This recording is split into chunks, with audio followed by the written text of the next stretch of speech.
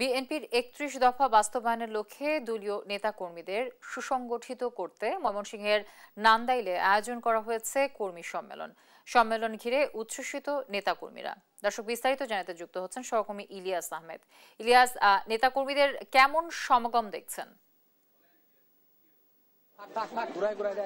BNP তথা তারেক রহমানের ৩১ দফা বাস্তবায়নের লক্ষ্যে কিন্তু ময়মনসিংহের নান্দাইল উপজেলায় বিএনপির কর্মী সম্মেলন শুরু হচ্ছে। অর্থাৎ কিছুক্ষণের মধ্যেই কিন্তু আমরা এই কর্মী সম্মেলনের যে আনুষ্ঠানিকতা সেটি শুরু হবে এবং আমরা দেখেছি প্রায় কিছুক্ষণ আগে থেকেই নেতাকর্মীরা দলে দলে এই কর্মী সম্মেলনে কিন্তু তারা যোগ দিচ্ছেন। অর্থাৎ বীর বেতাগড় জেবি উচ্চ বিদ্যালয় মাঠে কিন্তু এই কর্মী সম্মেলনের আয়োজন করা হয়েছে। আমরা দেখেছি নারী পুরুষ সহ বিভিন্ন বয়সী মানুষ কিন্তু এই কর্মী সম্মেলনে তারা যোগ দিচ্ছেন। অর্থাৎ তারা কিন্তু বিভিন্ন ছোট ছোট মিছিল সহকারে কিন্তু তারা এই কর্মী সম্মেলনে আসছেন। অর্থাৎ নেতাকর্মীরা বলছেন ৩১ দফা বাস্তবায়নের লক্ষ্যে যে নির্দেশনা রয়েছে সেই নির্দেশনা কিন্তু তারা তৃণমূল পর্যায়ে নেতাকর্মীদের মাঝে পৌঁছে দেওয়ার লক্ষ্যেই তাদের এই আয়োজন, সেই বিষয়টি বলছিলেন। অর্থাৎ আমুদ্দিন আব্দুল তিনি কিন্তু এই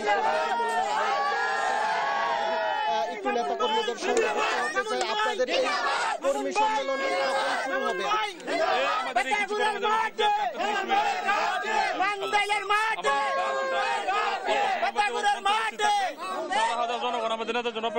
আমরা আর কিছুক্ষণের মধ্যে আমাদের অনুষ্ঠান প্রোগ্রাম শুরু হয়ে যাবে ইনশাআল্লাহ।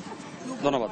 তিনি কিন্তু বলছিলেন যে নেতাকর্মীরা দলে দলে যোগদান করছেন কর্মী সম্মেলন সফল করার লক্ষ্যে। তাদের যে উদ্যোগ সেই উদ্যোগটি বাস্তবায়নের লক্ষ্যে কিন্তু ইতিমধ্যেই আমরা দেখেছি যে শত শত নারী পুরুষ কিন্তু এই দলে দলে এই কর্মী সম্মেলনে তারা কিন্তু অংশগ্রহণ করার লক্ষ্যে কিন্তু তারা আসছেন। অর্থাৎ তারা বলছেন যে তারেক রহমানের যে মেসেজ রয়েছে সেই মেসেজটি কিন্তু তারা তৃণমূল পর্যায়ে নেতাকর্মীরা পৌঁছে দিবেন, সেই বিষয়টি বলছিলেন। অর্থাৎ আমরা দেখছি যে এই কর্মী সম্মেলনকে ঘিরে সাধারণ মানুষের মধ্যে ব্যাপক উৎসাহ উদ্দীপনা লক্ষ্য করা গেছে এবং নেতাকর্মীরা বলছেন যে উন্নয়নের জোয়ার, অর্থাৎ আগামীতে উন্নয়নের বাংলাদেশে তাদের যে আহ্বান সেটি কিন্তু সাধারণ মানুষের কাছে তারা পৌঁছে। ইলিয়াস, ধন্যবাদ আপনাকে। দর্শক, ময়মনসিংহ থেকে যুক্ত ছিলেন ইলিয়াস আহমেদ।